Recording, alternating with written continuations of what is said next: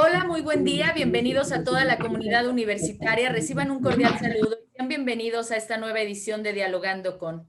En nombre del Centro Universitario de Ciencias Económico-Administrativas, les damos la más cordial de las bienvenidas. También le damos la más cordial de las bienvenidas al doctor Juan Carlos Ramírez Rodríguez, médico y maestro en salud pública por la Universidad de Guadalajara, doctor en antropología social por el Centro de Investigación y Estudios en Antropología Social, el postdoctorado en políticas en salud reproductiva por la Universidad de California, San Francisco, profesor investigador de la Universidad de Guadalajara del posgrado interdisciplinario de estudios de género del Departamento de Estudios Regionales INESER.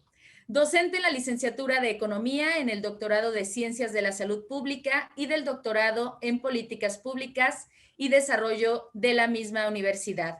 Miembro del Sistema Nacional de Investigadores, expresidente de la Academia Mexicana de Estudios de Género de los Hombres AC 2010-2012.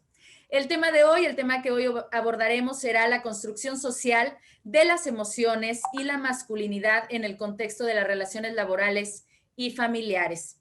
Y la entrevistadora que tendremos el día de hoy es la doctora Norma Celina Gutiérrez de la Torre, coordinadora del Programa Interdisciplinario de Estudios de Género.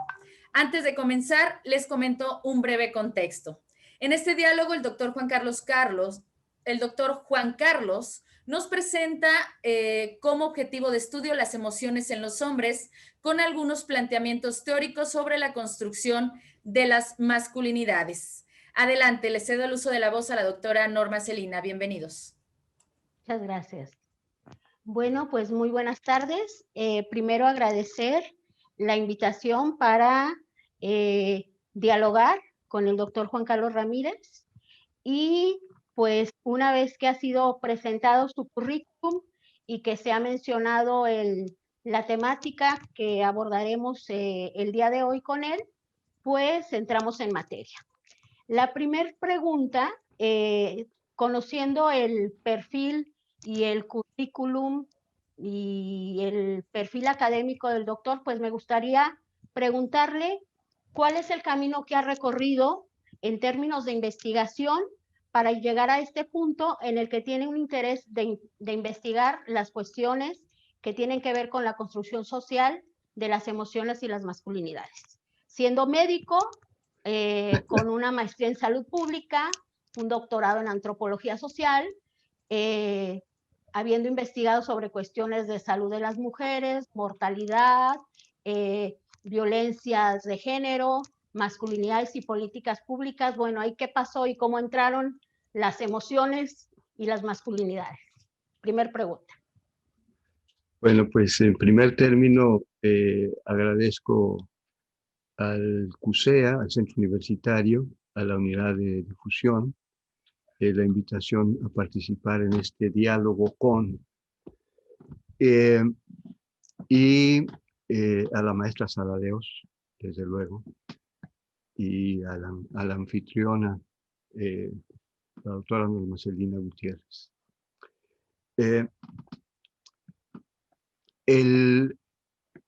¿Cómo llegar al tema de las emociones? Esa es una pregunta interesante porque uno dice, bueno, ¿por qué investigar las emociones, verdad?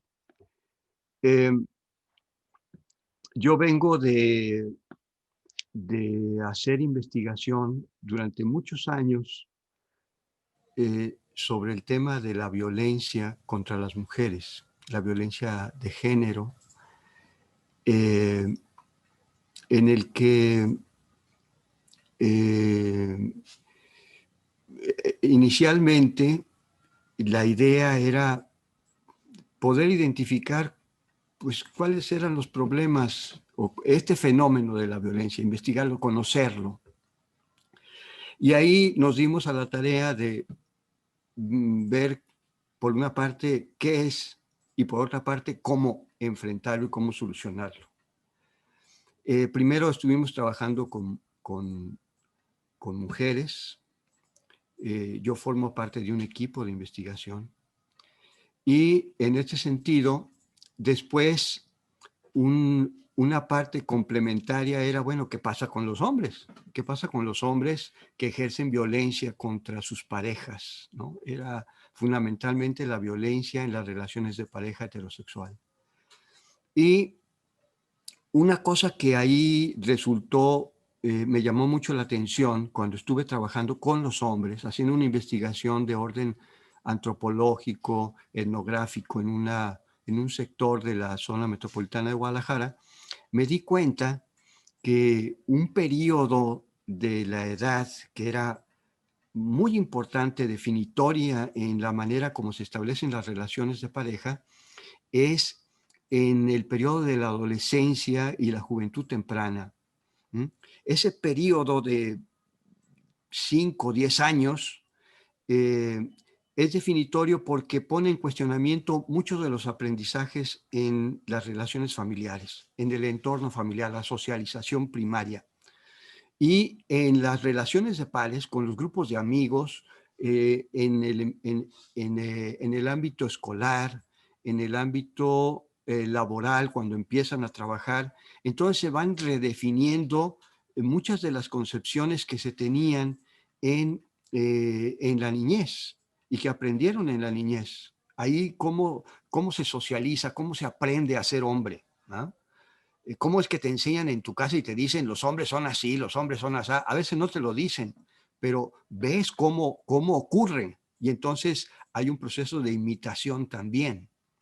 Y en todos estos espacios se da uno cuenta que hay una serie de creencias en torno a estas relaciones, a las relaciones entre hombres y mujeres, entre hombres.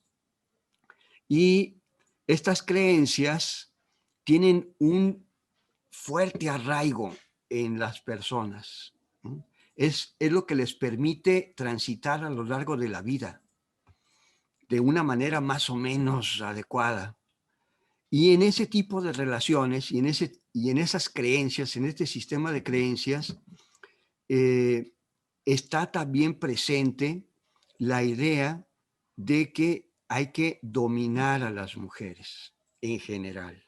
¿Ah? Existe un contexto que está argumentando de distintas maneras que a las mujeres hay que someterlas, hay que controlarlas, y en ocasiones hay que recurrir al uso de la fuerza, la coerción física. Y estas creencias que tienen tanta fuerza, tienen 3 patas, o sea, tiene 3 anclas. Un ancla es un ancla justificatoria. Hay una narración que justifica la manera de proceder. Por otra parte, hay un ancla que tiene que ver con la biografía, o sea, con la manera como nosotros hemos vivido, referentes biográficos personales o referentes biográficos de personas cercanas, que nos dice, bueno, sí, lo que pasa es que cuando una mujer no responde a los mandatos que uno le hace, entonces se te puede subir al cuello y mira lo que le pasó a fulanito, está mangoneado por su pareja, etcétera, ¿no? Y por otra parte tiene otra pata, la otra ancla, y la otra ancla son las motivaciones. ¿Qué motiva aquello? Y la motivación, cuando es algo que es extremo, es una convicción. Y estas motivaciones y convicciones están fuertemente articuladas a las emociones. Entonces, me di cuenta, haciendo una revisión de qué es lo que aquello que funciona para poder transformar estas relaciones, se habían hecho estudios, diferentes tipos de estudios, en los que se decía la violencia contra las mujeres es de esta manera, es de esta otra, los hombres actúan así y asado. Para poder modificarlo, pues se necesita tener conciencia de las cosas. Y se hicieron estudios de seguimiento y se observó que a lo largo de los años, los elementos de orden cognitivo, o sea, el conocimiento sobre el fenómeno, no era suficiente. Pues los hombres decían, pues sí, está mal que se maltrate a las mujeres, ¿verdad? Pero al paso del tiempo, pues lo hacían, a pesar de que pensaban que estaba mal. Y esto tiene que ver precisamente con las creencias, ¿sí? Y tiene que ver con las emociones. Entonces dije, bueno, es importante entender las emociones porque son dispositivos para la acción. Cuando alguien se siente atentado, angustiado, con miedo, entonces reacciona de determinada manera. Por ejemplo, había un joven que entrevisté y él decía, bueno, yo tengo miedo de que en una reunión con mis amigos yo le diga a mi mujer, oye, párate y tráete unos hielitos, ¿no? Aquí estamos bebiendo unos tequilas, y, y sentía un gran temor de que la mujer le dijera, no, pues párate tú, ¿verdad? Entonces él decía, voy a quedar en vergüenza con mis amigos. Y eso lo hacía angustiarse notablemente y ejercer control sobre su pareja, ¿verdad? Entonces dije, las emociones juegan un papel importante porque disponen a la acción, ¿verdad? Y durante un tiempo estuve pensando, bueno, pues cómo estudiar las emociones, cómo agarrarlas, porque es complejo. Es una cuestión psicológica, es una cuestión biológica, una reacciona de esa manera, o es una cuestión de orden cultural, es una cuestión de orden social, se va modelando social y culturalmente. Entonces pensé, bueno, ¿cuál sería además, por otra parte, en los estudios de masculinidad, los estudios de hombres y masculinidades, se ha dicho que los hombres reprimimos las emociones, que los hombres incluso se ha dicho y nos acusan, nos señalan que somos o sea, que utilizamos la razón y no la emoción. Somos más racionales que emocionales. Yo me preguntaba, ¿será así? Yo veo que la cosa como que no es así. Entonces, estuve pensando cómo entrar y cuál sería un espacio de relación social en donde las emociones fueran más evidentes, más fáciles de identificar. Entonces dije, bueno, ¿cuáles son los espacios de mayor significación para los hombres? Y dos espacios que son muy importantes para los hombres, para todos en general, son el trabajo y la familia. Y las relaciones que se dan en el ámbito laboral y en el ámbito familiar y que están entrelazados en muchos sentidos, ¿no?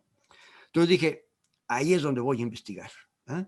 Voy a tratar de conocer un poco con mayor detenimiento cómo es que son las emociones, cómo surgen, cómo se entretejen, cuáles son, cómo las nombran, cómo las significan, de dónde surgen, cómo se modelan, se van modificando o no en estas trayectorias de vida en el ámbito laboral y familiar. Y así es como llegué al tema, ¿verdad? O sea, hay una relación, una interrelación entre la biografía que mencionas, estas historias, estas trayectorias, historias de vida, con el manejo emocional, pero también hablas de la construcción de las masculinidades, ¿no? Entonces, centrándonos en las emociones, mencionabas la cuestión de la psicología. Con los estudios, las investigaciones que has realizado en este momento, ¿consideras que las emociones como tal tienen un origen biológico, un origen sociocultural o que es una combinación? Porque yo cuando estudié psicología, lo que aprendí es que las emociones son una reacción al entorno, ¿no? Y sobre todo relacionado con la sobrevivencia y esta cuestión que mencionas, ¿no? El dispositivo para actuar, ¿no? Con lo que has investigado, lo que has hecho en tu trabajo de investigación con hombres, ¿cómo consideras o cómo defines en este momento las emociones? Sí, este es un tema muy interesante, porque es es un fenómeno. Las emociones son, tienen una base de orden biológico, ¿verdad? Las piedras no sienten. Los seres vivos sentimos. Las plantas sienten, los árboles sienten, los animales sienten. Nosotros somos animales, sentimos, ¿verdad? Y como animales tenemos, digamos, emociones básicas que, con los cuales enfrentamos la sobrevivencia, ¿verdad? Ante un riesgo inminente, ¿verdad? Reaccionamos inmediatamente. Si vamos caminando por el periférico, cruzamos sin darnos cuenta y de repente escuchamos el claxon, ¡uf! Brincamos y tratamos de eludir ese riesgo. ¿Ah? Si estamos frente a un león, ¡ay! Seguramente vamos a reaccionar para evitar ser devorados por el león. Hay quien le teme a los ratones o a las cucarachas, ¿verdad? Entonces, son reacciones de sobrevivencia, sin duda, ¿verdad? Pero también tienen un elemento cultural. Cuando nos dicen, ahí viene el coco, ¡ay! Y uno está pequeño, dice, entonces asocia esta cosa a la que denominan coco con algo que te puede dañar. Y entonces se genera temor, angustia, ¿verdad? Te debes de portar así porque si no viene el coco y te va a llevar. ¡Ay! ¿Eh? Entonces vamos aprendiendo socialmente este tipo de emociones y además las vamos aprendiendo a nombrar, a etiquetar, a modular. Conforme uno va creciendo, se dice, el coco era con lo que me tenían apaciguado, porque si no era una dinamita, andaba por todos lados. ¿Eh? No me quería dormir a la hora que tenía que hacerlo. Bueno, entonces vas dándote cuenta de que no hay tal coco, ¿verdad? De que este miedo no tiene fundamento. Y bueno, van apareciendo otros elementos que te angustian, van apareciendo otros elementos que te generan felicidad. Vas al Estadio Jalisco y ves a los Leones Negros que perdieron y te pones muy triste, ¿no? O si eres del Guadalajara y fuiste o viste el partido que le ganó al América, brincaste de gozo, ¿verdad? Y lo compartes. Entonces, aprendes que hay espacios en donde uno puede expresar las emociones sin limitación, por ejemplo, ¿no? Determinado tipo de emociones. ¿Qué pasa si tú vas a un templo X, cualquiera? Pues la gente está muy recogida, ¿verdad? Está tranquila, escuchando, ¿verdad? ¿Qué es lo que pasa si de repente sueltas una carcajada? Es un espacio en donde la norma te dice, ese no es un espacio para estar riendo, ¿verdad? O sea, las emociones entonces son reguladas socialmente, son moduladas socialmente. Se aplauden, se estigmatizan, se critican, de tal manera que uno va aprendiendo a comportarse emocionalmente en los distintos espacios, ¿sí?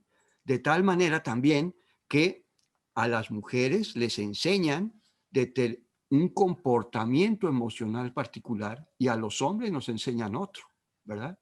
Los hombres no lloran, los hombres se aguantan, los hombres controlan, ¿sí? Entonces, es vergonzoso, ¿verdad? Que tú te dejes de otras personas. Ay, ¿sí? O sea, entonces aprendes que hay determinado tipo de acciones, ¿verdad? Relaciones que generan vergüenza, ¿verdad? Que generan empatía, que generan compasión, que generan amor, que generan, bueno, entonces se va modulando socialmente. Entonces las emociones tienen un continuo, ¿verdad? Entre lo biológico, lo psíquico y lo cultural. Entonces, no se puede negar una de la otra. No existen las emociones en abstracto. Existen en tantos seres sentientes, ¿verdad?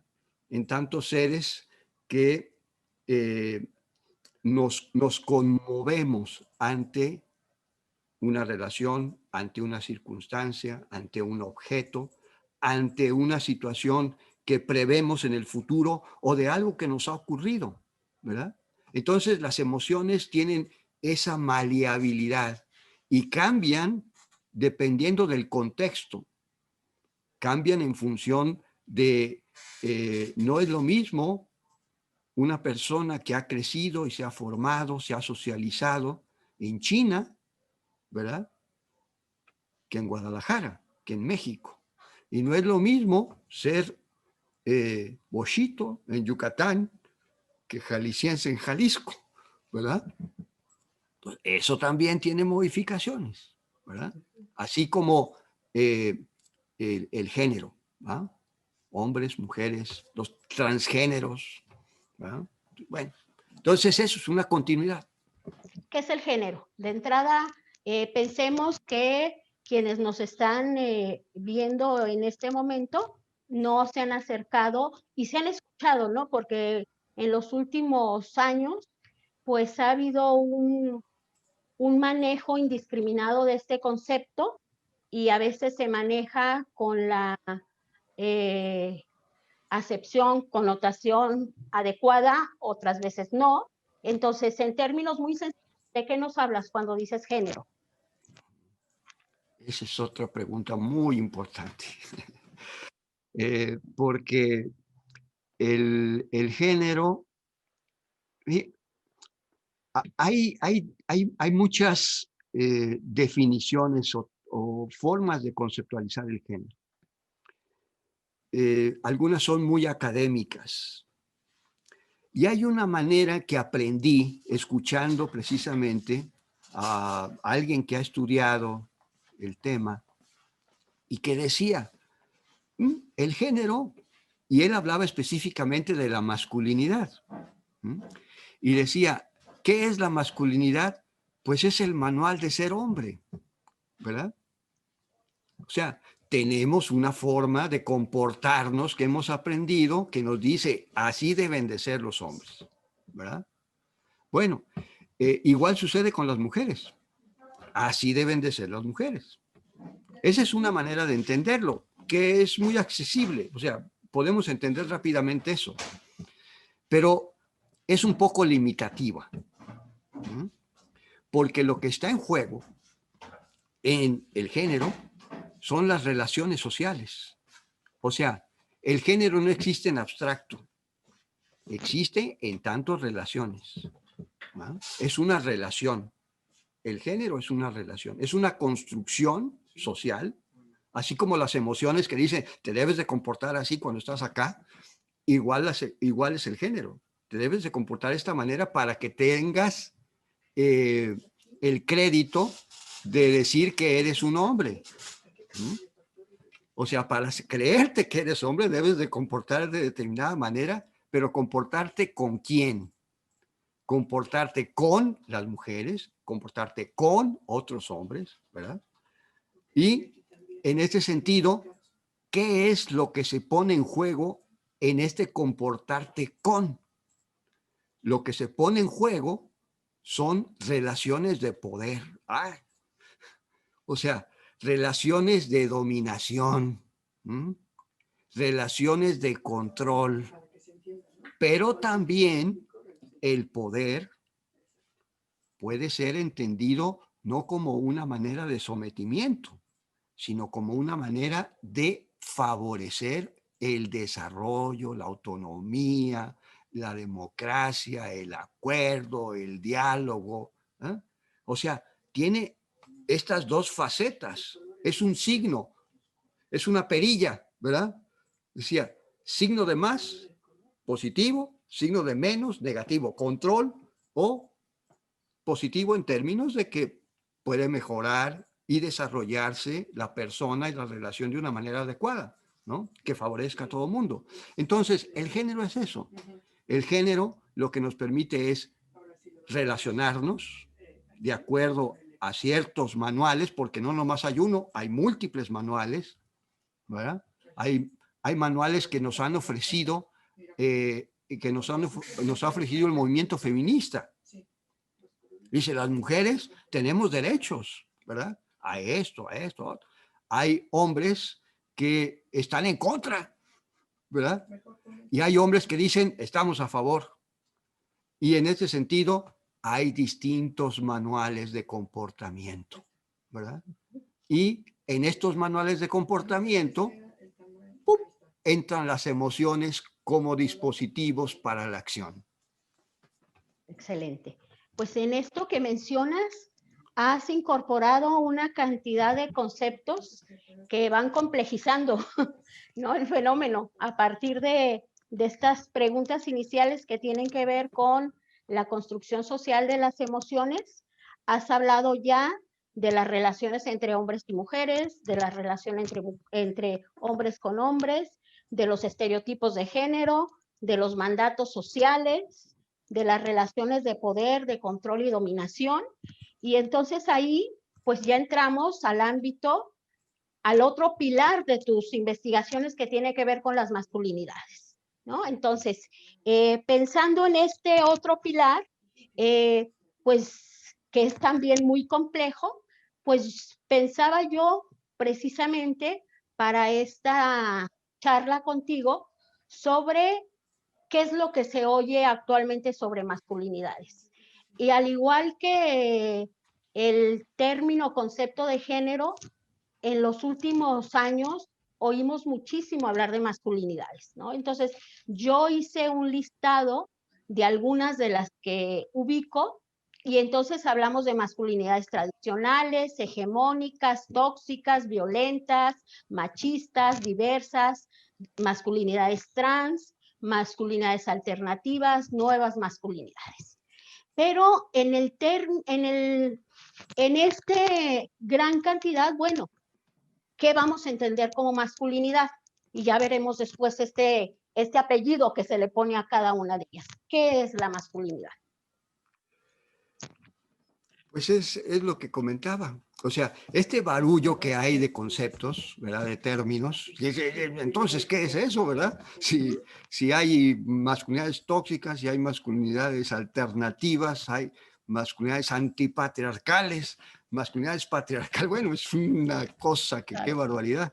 Entonces, ¿qué entender por todo esto? Y de alguna manera, lo que está en juego es, yo creo que estamos viviendo en un momento de transición, ¿m?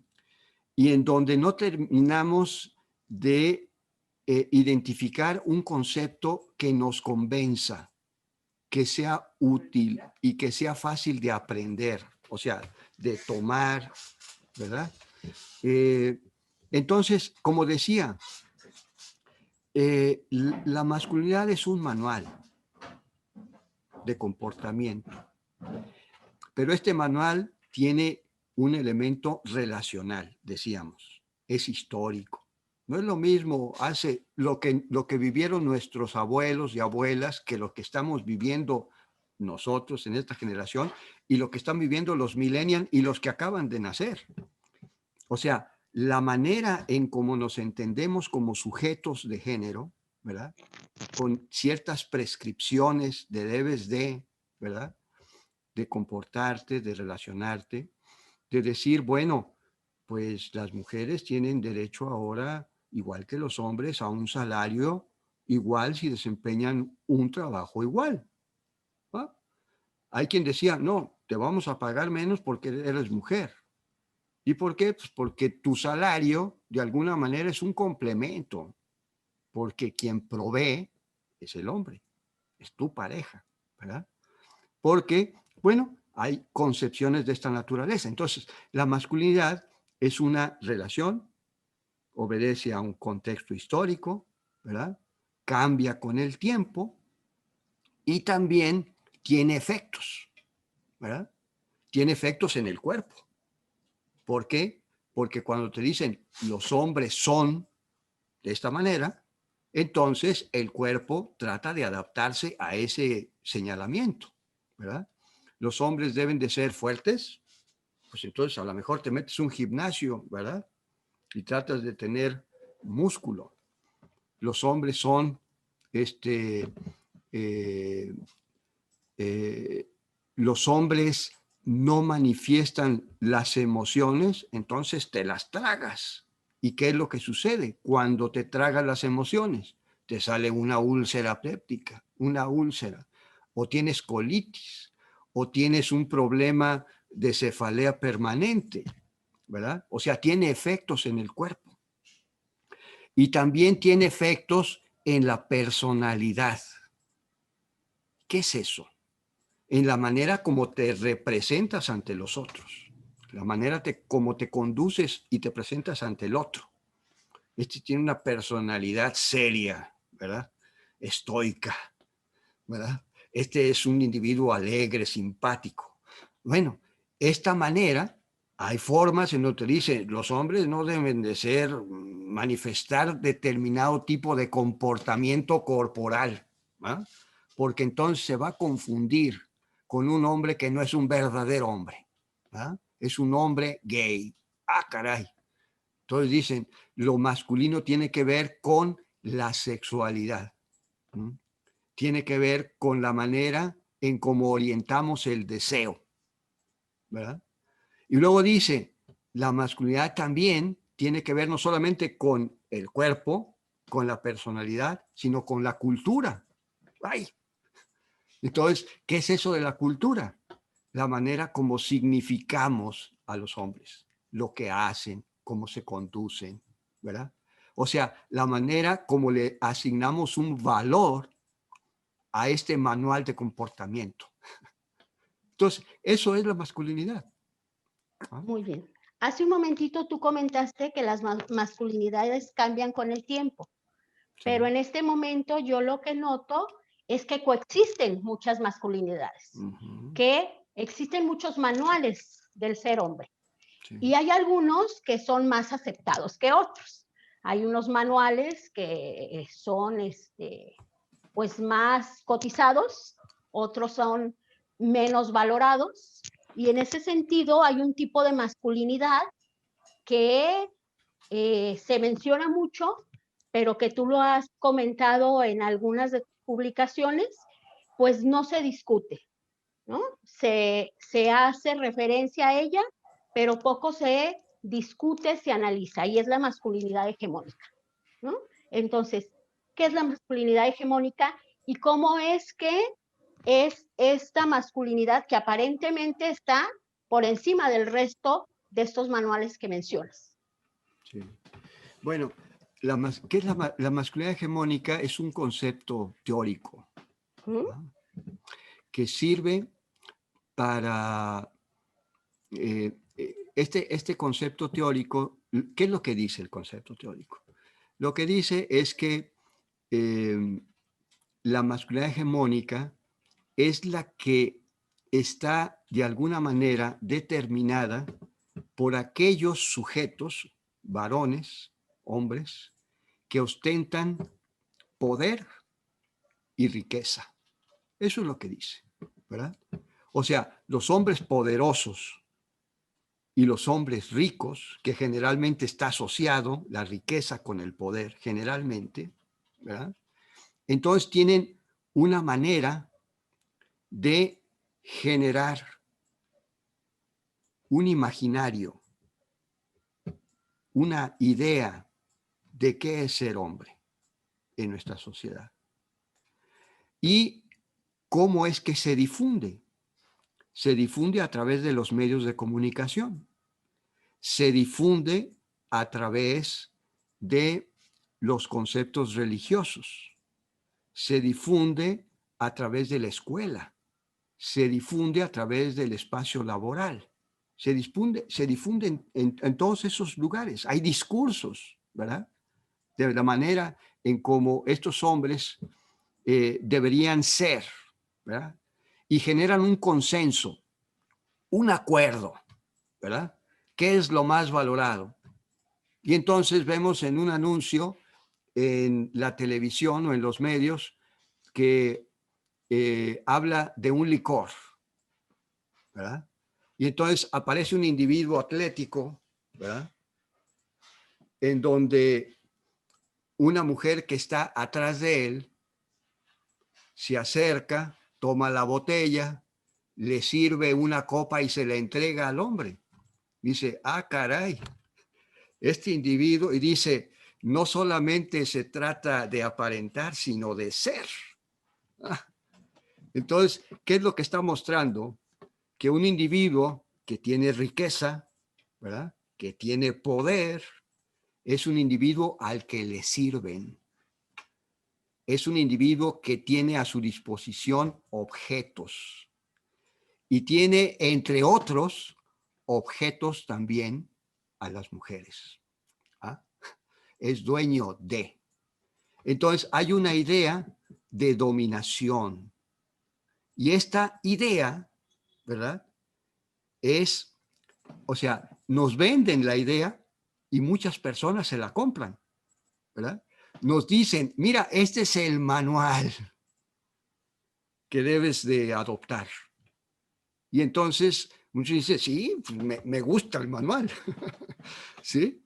Y entonces, claro, lo adquieres. Y entonces tratas de imitar ese manual, aunque, pues, no tengas la riqueza ni ostentes el poder, pero te haces, como compras la idea, te haces cómplice de eso. Y entonces exiges que el resto se comporte de determinada manera. Y si no se comporta así, tú lo criticas, ¿verdad? Entonces, eso es por una parte, porque la crítica y el señalamiento ya no es solamente en función de las mujeres, sino en función de otros hombres. Eso es lo más importante, ¿verdad? Las mujeres se presentan como trofeos, como cosas, pero con quien estás compitiendo no son con las mujeres, sino con otros hombres. Y entonces dije, esta manera de comportarse, esta manera de conducirse y de relacionarse y de ostentar riqueza y poder, ¿no? Es la más aceptada, es la más adecuada, es la más pertinente, es la legítima en nuestro contexto y por tanto, si no te comportas así, te vamos a criticar, ¿no? ¿Y cuáles son? Entonces, eso quiere decir que aquellas formas de adoptar la masculinidad, o sea, estos otros manuales, ¿verdad? Se subordinan o lo subordinan. Eso es por una parte. Pero hay otros que dicen, así no debe de ser. Y entonces empieza a haber un juego de poder y de decir, esta manera de representar la masculinidad no es la más pertinente y la legítima. Debe de ser otra masculinidad, una masculinidad dialógica, una masculinidad entre iguales, una masculinidad que esté en función del desarrollo de la potencialidad humana. ¿Ah? Ay, entonces los significados empiezan a entrar en tensión y en conflicto, ¿verdad?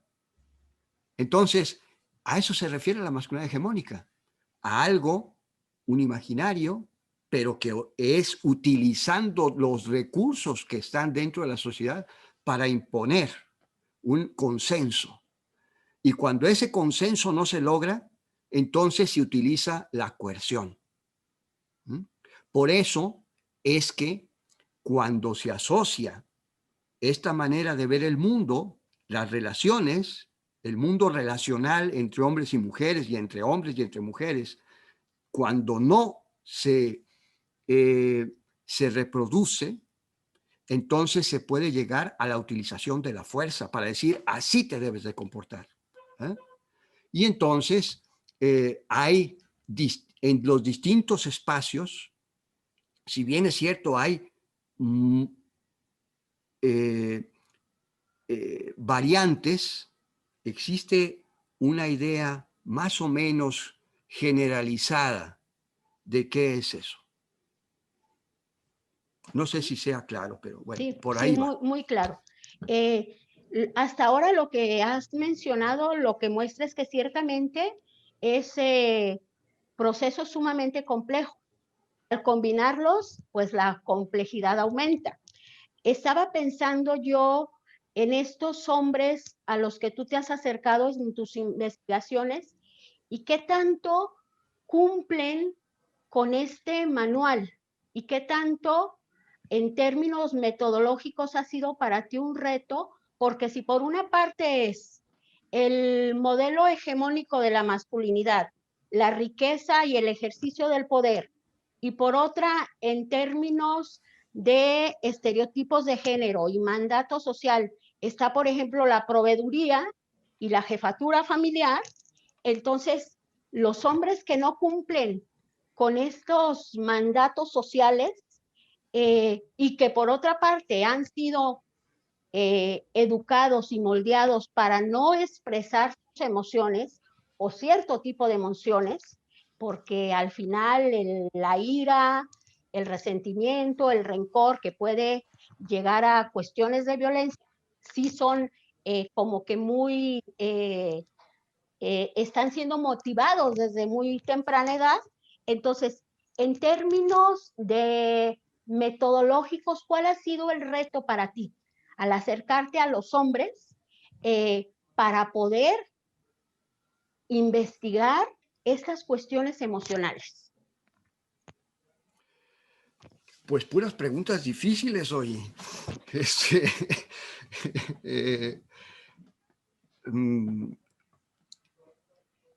Y muy interesantes, porque lo que muestra la realidad supera la ficción y supera la teoría. La teoría nos sirve un poco para entender las cosas y ver por dónde le damos, pero la realidad siempre nos cuestiona y nos hace ver que aquello que pensamos no necesariamente es así. Entonces,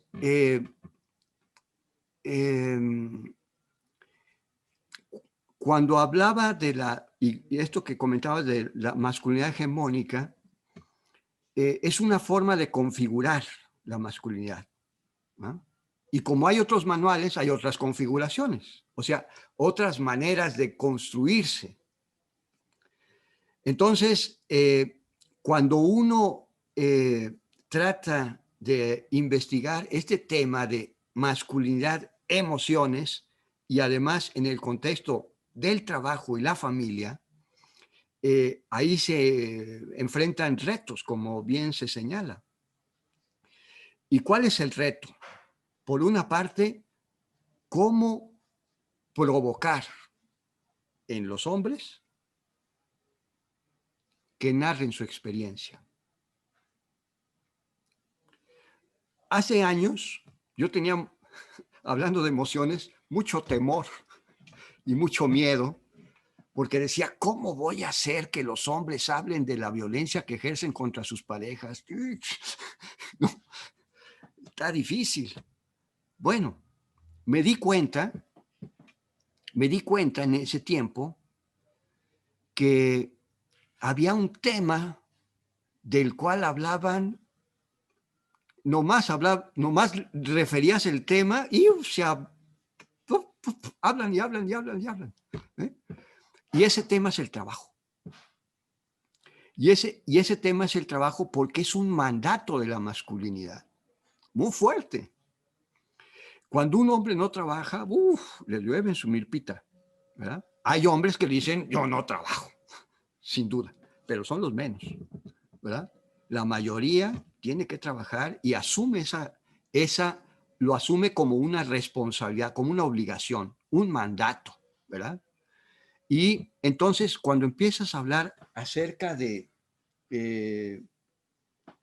cuando empiezas a, a, este, a investigar y preguntas acerca del trabajo, los hombres empezamos a hablar del trabajo. Es algo que nos da identidad, nos hace sentirnos hombres, porque cuando nos hacen sentirnos hombres, no solamente es el asunto del trabajo, sino lo que genera el trabajo. El trabajo nos genera seguridad, el trabajo nos genera autonomía, el trabajo genera relaciones en donde las otras personas dependen de uno. Entonces uno tiene autoridad, se transforma en una guía de las personas, en la familia, por ejemplo. ¿Ah? Entonces, cuando empiezas a hablar del trabajo, empiezan a surgir emociones. ¿Ah? ¿Qué pasa cuando no tienes empleo? ¡Uy! ¿Verdad? Te empiezas a angustiar, empiezas a sentir presión, empiezas a sentir vergüenza, empiezas a sentir ansiedad. ¿Por qué? Porque no puedes cumplir con el mandato y con lo que se desprende de ese mandato, que es proveer. Porque resulta que tu hijo o tu hija que acaba de nacer hace 2 meses, te acaban de correr del trabajo y ya no tienes el dinero para comprarle la leche, ni los pañales. Y entonces empieza a cuestionar, por una parte, tu función y tu mandato de proveedor. Entonces empieza a cuestionar y a enlazar el trabajo con la familia. ¿Ah? Y entonces ahí una manera de introducirse metodológicamente en un proceso reflexivo, porque muchas veces esto no se platica mucho, ¿verdad? Y cuando tú empiezas a platicar con una persona sin prejuicios, sin señalamientos, y donde la persona se empieza a sentir cómoda, donde se empieza a sentir escuchada, donde empieza a sentir que es escuchada porque tú haces una función de espejo. ¿Me estás diciendo esto? ¿Entendí bien lo que me dijiste? La cosa es así. Entonces la gente dice, esta persona le interesa lo que le estoy diciendo. ¿Eh? No son oídos sordos, realmente está interesada en mi vida, en lo que me pasa. ¿Y qué es lo que ocurre? Que generalmente la gente, y en general, no tiene escucha enfrente. Y cuando tú la atiendes, la gente empieza a soltar el cuerpo y a soltar su experiencia, ¿verdad? Entonces, esa es, digamos, una manera de acercarse. Pero también aquí hay otro reto metodológico y es a quién te vas a acercar y por qué a esa persona. Entonces, y ahí el reto metodológico es ubicar a la persona y solicitarle su participación. No es fácil en situaciones de desempleo. Y no es fácil porque la gente anda tras el bolillo y la chuleta y la papa, tras la tortilla. ¿Eh? La gente en general, la gente que va a buscar empleo, o sea, hay diversidad. ¿Mm? Hay personas que viven al día y hay personas que, bueno, viven al mes y otros a los 3 meses. Pero en general la mayoría vive al día, a la semana. Si no ganas hoy o si no ganas esta semana, tu familia empieza a sufrir mucho. Entonces, ahí hay otro reto, que son las personas con las que vas a colaborar o van a colaborar contigo de manera voluntaria, ¿verdad? Y entonces el reto es poder encontrar los espacios para poder conversar y hacer una conversación sobre el tema. No una, sino varias. ¿Por qué? Porque en la medida, porque cuando empiezas a platicar con una persona, pues te va a decir, va a tratar de mostrar su mejor cara, pues, como lo hacemos todo el mundo, ¿verdad? Pues necesitas poco a poco ir quitando la careta, ¿verdad? La tuya como investigador y la de la otra persona también. Entonces, eso se logra a través de un proceso, que no es de un día ni dos. Lleva tiempo, ¿verdad? Entonces puedes platicar y al rato te das cuenta de que dice, es que nunca había platicado de esto con nadie. ¿Mm? O sea, eso es muy importante. Ahí te das cuenta que la gente no tiene un referente con quien conversar sobre aquello que es íntimo, con aquello que le duele, con aquello que le preocupa, con aquello con lo que sueña, los anhelos, las alegrías guardadas o los rencores, los odios. ¡Ay! ¿No? Entonces, es importante ese proceso dialógico y de acercamiento paulatino. Esto que comentas me resulta muy interesante y pensaba que de alguna manera estas construcciones sociales de lo que es ser hombre y ser mujer y estos estereotipos de género, eh, de hecho, se plantea la mujer es emocional y el hombre es racional. Entonces, las mujeres hemos generado espacios en los que podemos expresar nuestras emociones, cualquier tipo de emociones, no así los hombres, ¿no? En los últimos días a mí me llamó poderosamente la atención lo que sucedió precisamente el 25 de noviembre, el Día Internacional de la No Violencia contra las Mujeres, que fue el fallecimiento de Maradona. Y ver a cronistas deportivos llorando frente a la cámara porque falleció Maradona, porque les llegó la noticia en vivo, ¿no? Cuando estaban transmitiendo, y eso a mí me llamó poderosamente la atención, pero además los comentarios, ¿no? Los comentarios en el sentido de, caray, ¿qué pasó? O sea, un hombre llorando en la televisión a nivel nacional o internacional porque falleció este futbolista y causó muchísimo ruido, ¿no? Entonces, ¿cuáles son esos espacios que consideras tú que favorecen más el que los hombres se abran?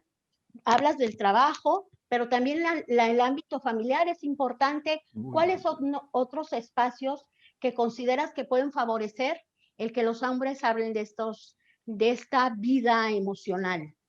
Bueno, yo pienso que, ¿qué es lo que sucede? Tú acabas de mencionar el espacio deportivo, el ámbito deportivo.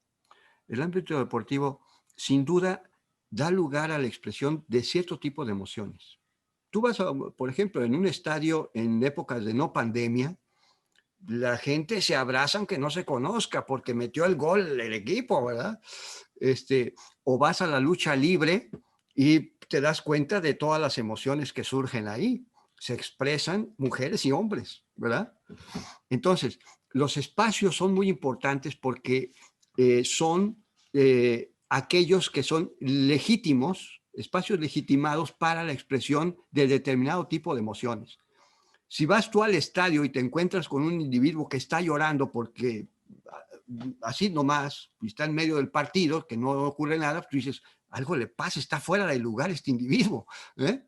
O si vas a un velorio, te vas a dar cuenta también que cuando llegas, la gente está compungida, ¿verdad? Conforme avanza la noche, las cosas van cambiando un poco, pero en general hay determinado tipo de normas que debes de cumplir. Ahora, ¿qué espacios? Yo diría para la investigación, ¿eh? Para la investigación, yo diría que en este caso particular, yo creo que el trabajo es lo básico y la familia, sin duda. Muchas veces se piensa que los hombres están muy distanciados de la familia. No, no, no, no, no. No, está en el centro. Lo que pasa es que está enmascarado. ¿Mm? Y entonces hay que ver la manera de desenmascararlo o más bien de evidenciarlo, ¿verdad? Y es muy importante. Yo creo que estos dos espacios son los privilegiados, ¿verdad?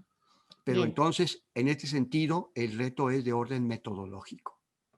Tenía varias preguntas más. Te voy a hacer una última como cierre.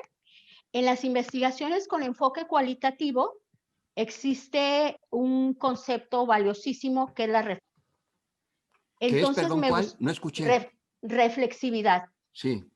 Entonces, me gustaría saber es el trabajo que has desarrollado durante tantos años en el ámbito de la construcción social de las emociones y las masculinidades, pues, ¿qué ha movido en tu interior?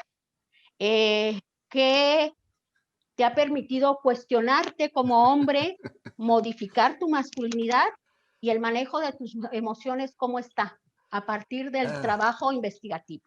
¿Qué preguntas haces, oye? Este ha sido un laboratorio para mí, personal, ¿no? A lo largo del tiempo. Porque conforme he hecho la investigación, pues me van cayendo los 20 y no dejan de caerme. Tum, tum, tum, ¡ay! ¿No? Este, eh, me di cuenta en su momento lo homofóbico que era, ¿no? Me di cuenta de formas a veces muy refinadas del ejercicio de la violencia. Me di cuenta de estas emociones que contengo, ¿no? Me di cuenta, o sea, me he dado cuenta de todo esto. Y eh, es una necesidad poder tener espacios para discutir precisamente esto que a uno le va pasando, ¿verdad? En la investigación a veces uno se la tiene que ver solo y eso no está bien. Tienes que tener un espacio para discutir, para externar aquello que te agobia, aquello que te... Porque no eres, o sea, eres un animal y como un animal sientes todo el tiempo. Y la investigación es un hecho que no está exenta de emociones, ¿no? Muy bien, pues muchísimas gracias. Te comento, no hay preguntas, pero sí muchísimas felicitaciones y saludos para ti. Marcela, Ismael, Isela Patricia, Iván, Maximina. Bueno, hay una cantidad importantísima. Pienso que quedan 2 minutitos. Quedaría el compromiso de darle respuesta en WhatsApp a todas estas personas para poder cumplir con los tiempos, ¿no? Se nos fue volando el tiempo y pues lo que me resta es agradecerte el haber podido tener este diálogo durante esta tarde y te agradezco muchísimo. Muchísimas gracias, maestra Leos, por la invitación y por supuesto al Centro Universitario de Ciencias Económico-Administrativas. El placer de haber dialogado con el doctor Juan Carlos Ramírez. Muchas gracias. Gracias, Juan Carlos. No, pues yo les agradezco muchísimo su paciencia, su generosidad, las preguntas. Uy, ¿qué preguntas? Eh, es un gusto platicar siempre, ¿no? Se aprende mucho cuando Agradecemos al doctor Juan participa. Carlos Ramírez Rodríguez por acompañarnos en esta nueva edición de Dialogando con, en la que pudimos conocer más sobre la influencia de las emociones desde una perspectiva sociológica en el género de los hombres y la construcción de las masculinidades. Un tema de suma importancia en la actualidad y que nos invita a la reflexión y a un cambio de perspectiva. Agradecemos además la presencia de toda la comunidad universitaria que participó en este espacio y agradecemos también al equipo de CTA que siempre está acompañándonos en estas ediciones de Dialogando con. Muchísimas gracias y nos vemos el siguiente jueves. Hasta luego. Hasta luego. Muchas gracias.